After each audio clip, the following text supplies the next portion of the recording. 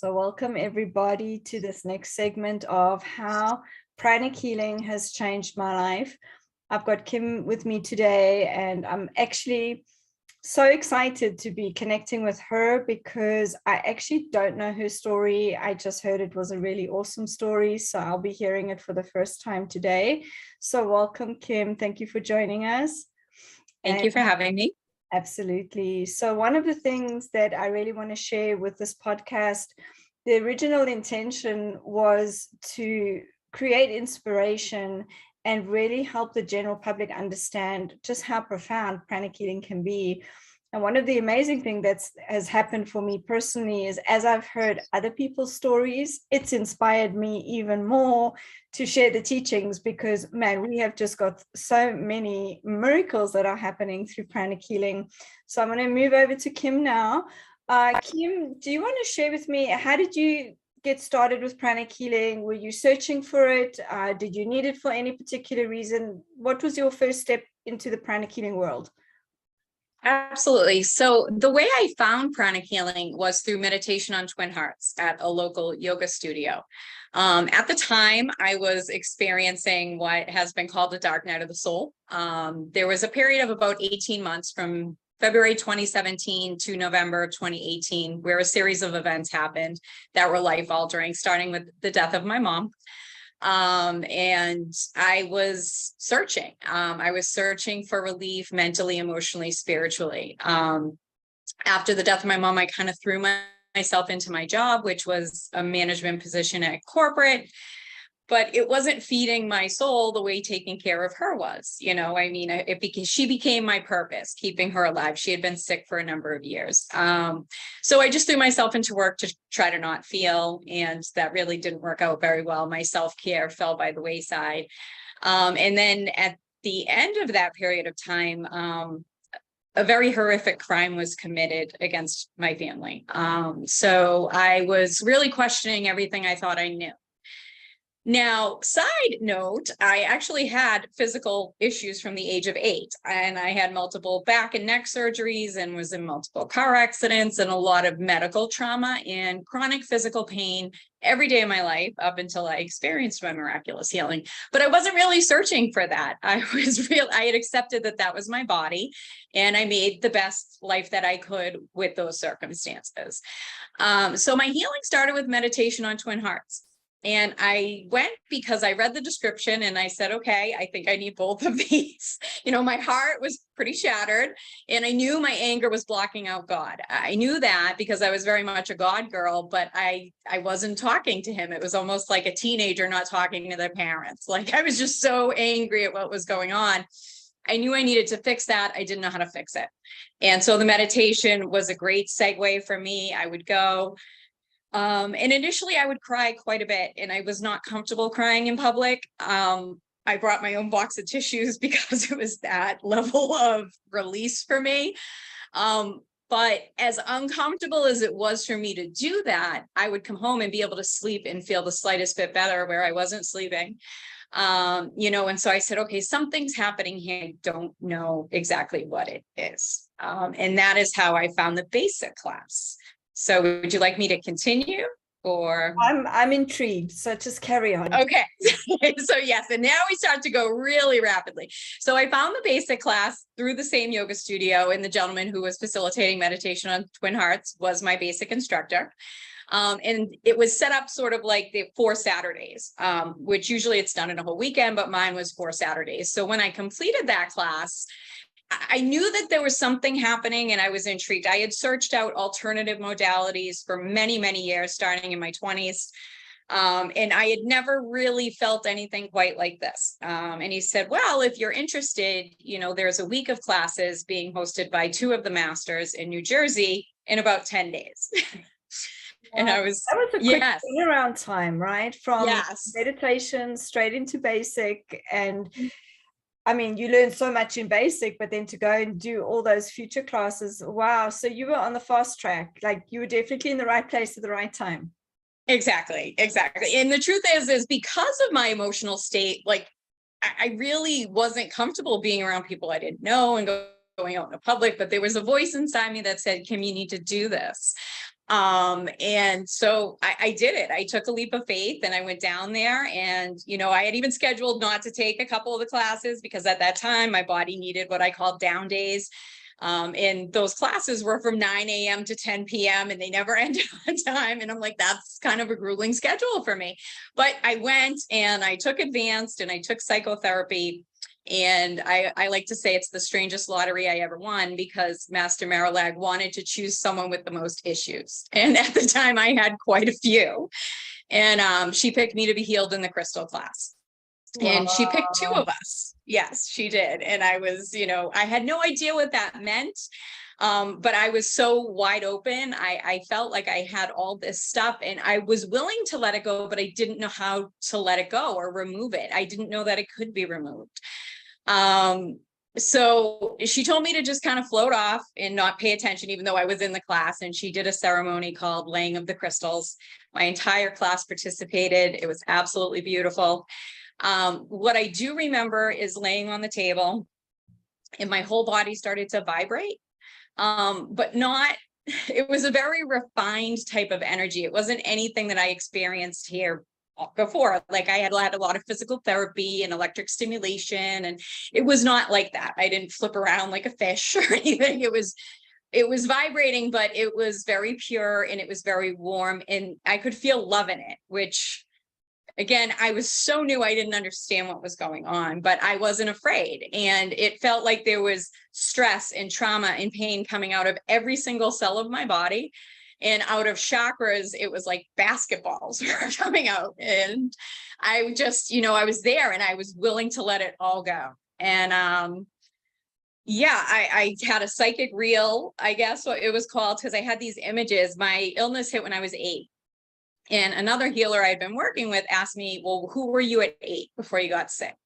And I really couldn't remember. And, I said, well, if I'm going off memory, I would say I was bossy and I was fearless. And she said, okay, tell me about fearlessness. And I said, well, I was an emergency room kid. If my parents said, don't do that, don't do that, don't do that, I wouldn't stop until I was hurt and take it to the emergency room. So and she said, what does fearlessness feel like? I said, I can't feel it in my body. I can tell you from memory that that's what happened. And she wanted me to try to get in touch with that.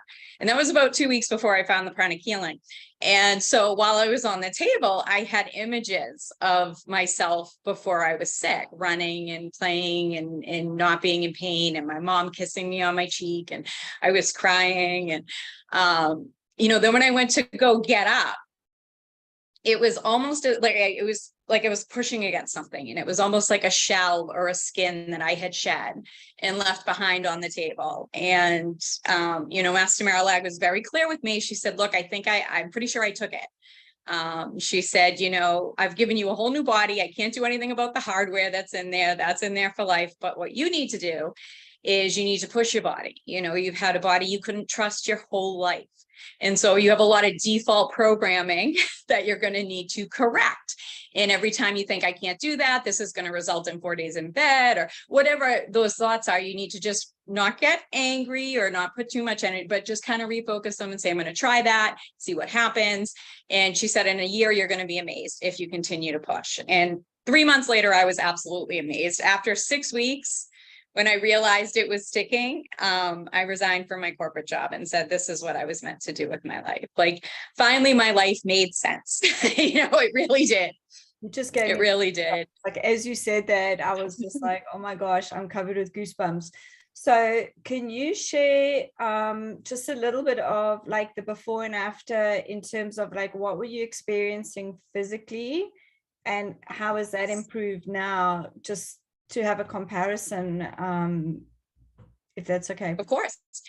Yeah, so I had a connective tissue disorder, and basically it was chronic pain all over my body, but every day it would move. And when I would wake up in the morning, I never knew what the day was going to hold until I tried to get out of bed.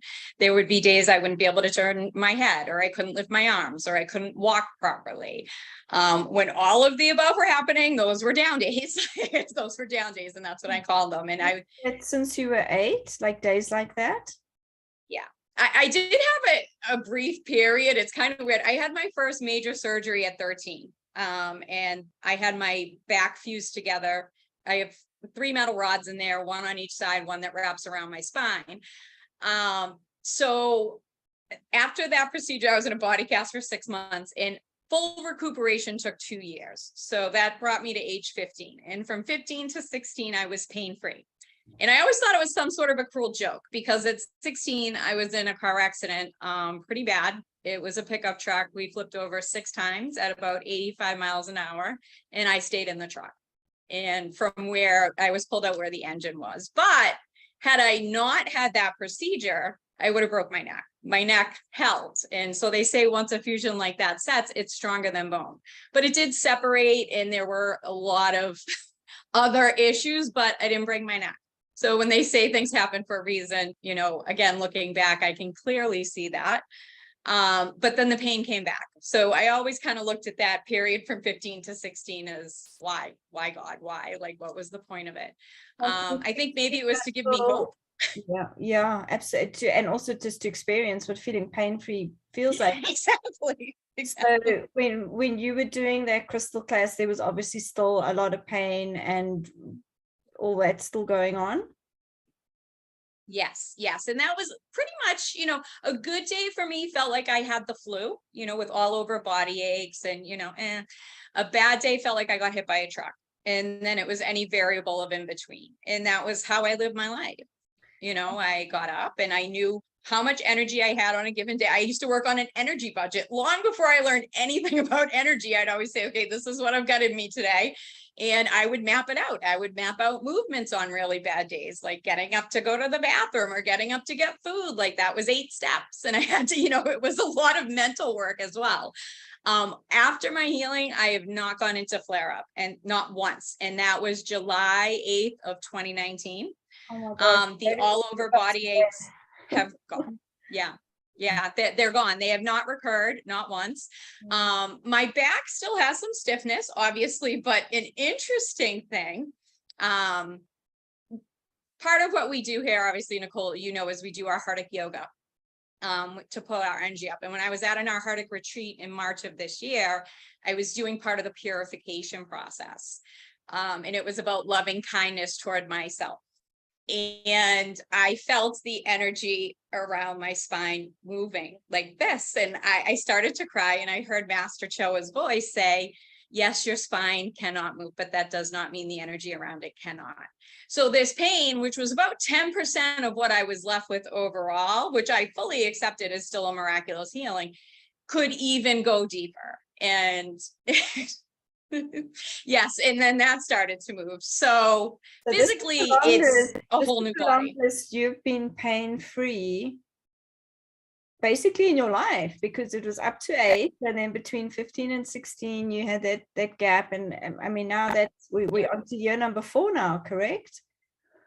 Yeah. And my dad says he has not seen me this happy and healthy since I was a toddler. He just That is incredible. I mean, you've really given me chills just hearing this, and I'm so glad I asked you to share this, because I really feel like your story will inspire others.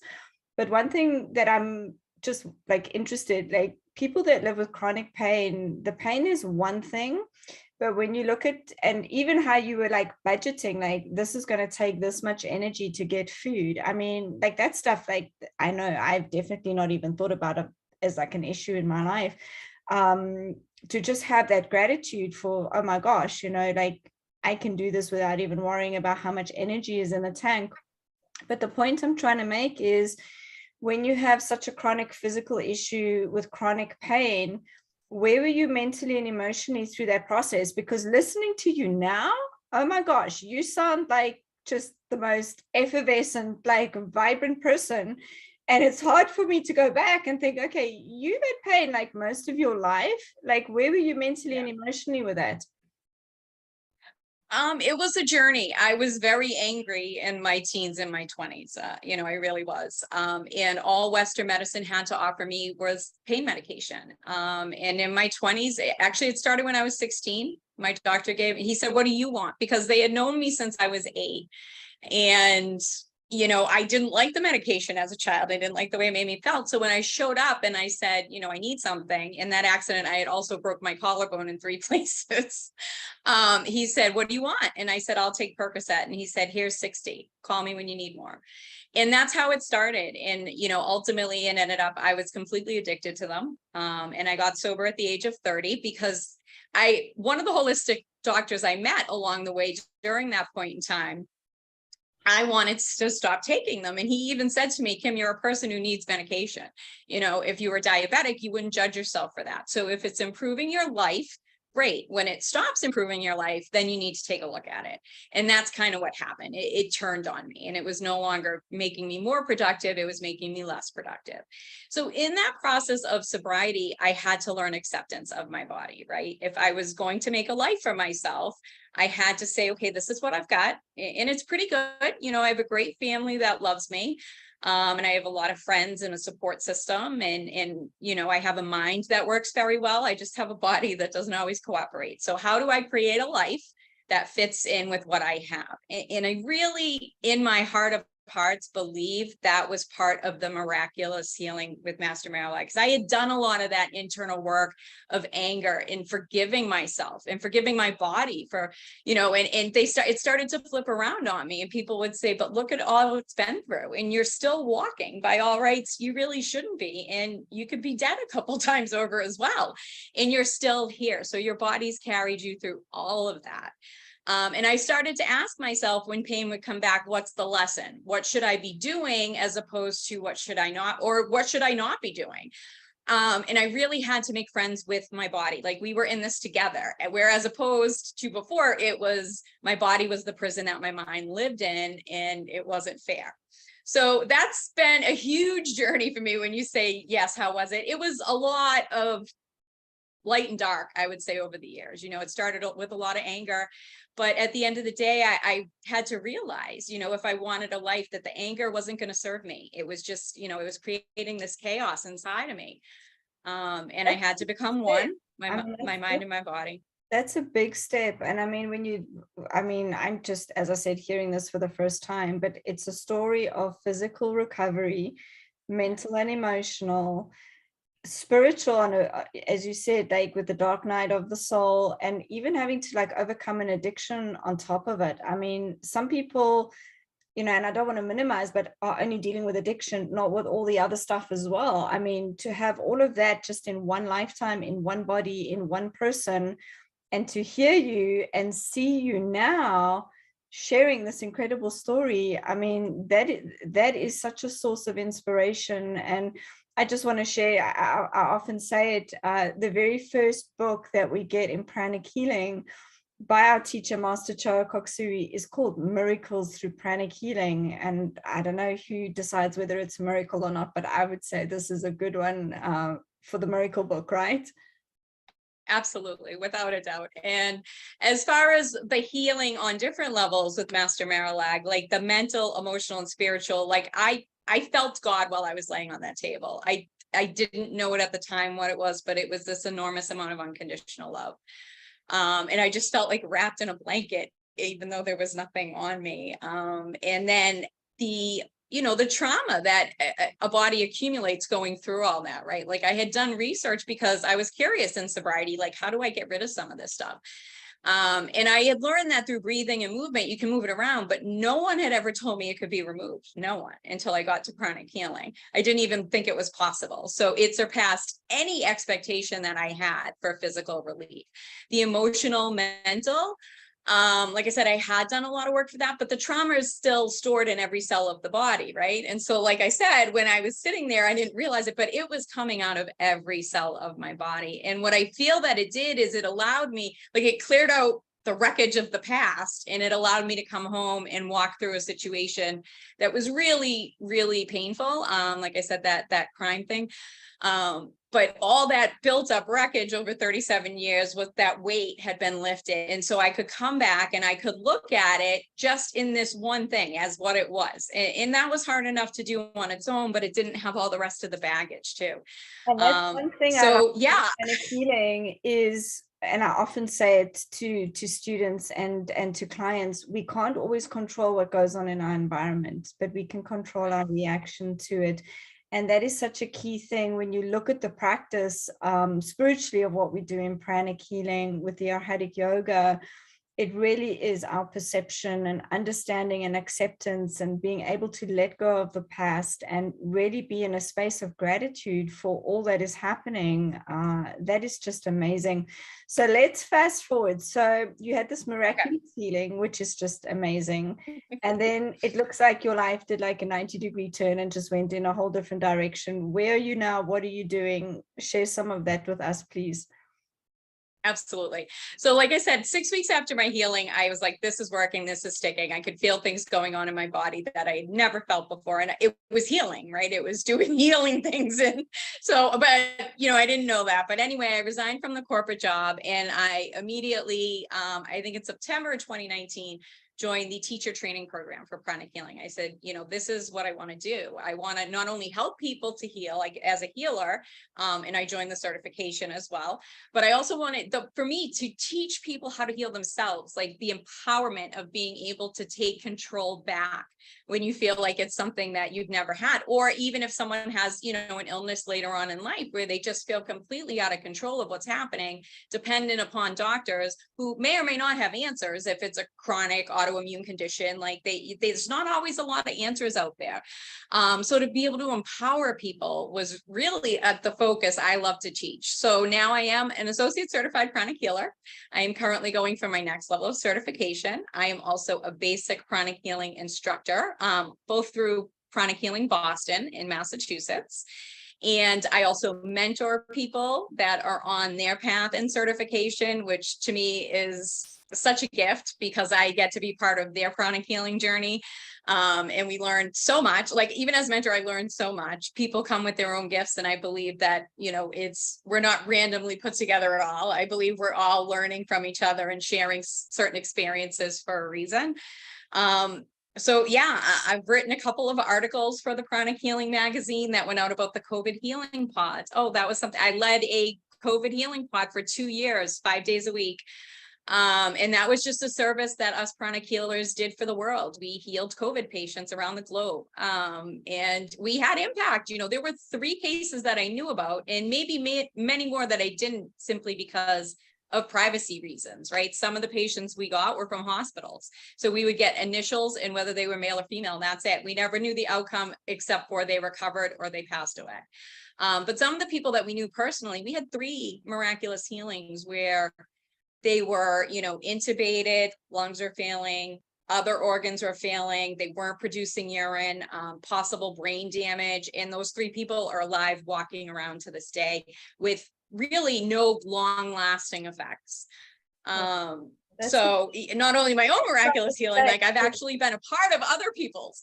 And that's just what I wanted to say. Exactly. You went from the space of it's 8 steps to get to the fridge to feed myself. And now when everyone was taking a vacation over COVID and, staying at home, you were actually going out and energetically doing more. And that's the thing I love with pranic healing is all of us are energy. When we break it down, that's who and what we are.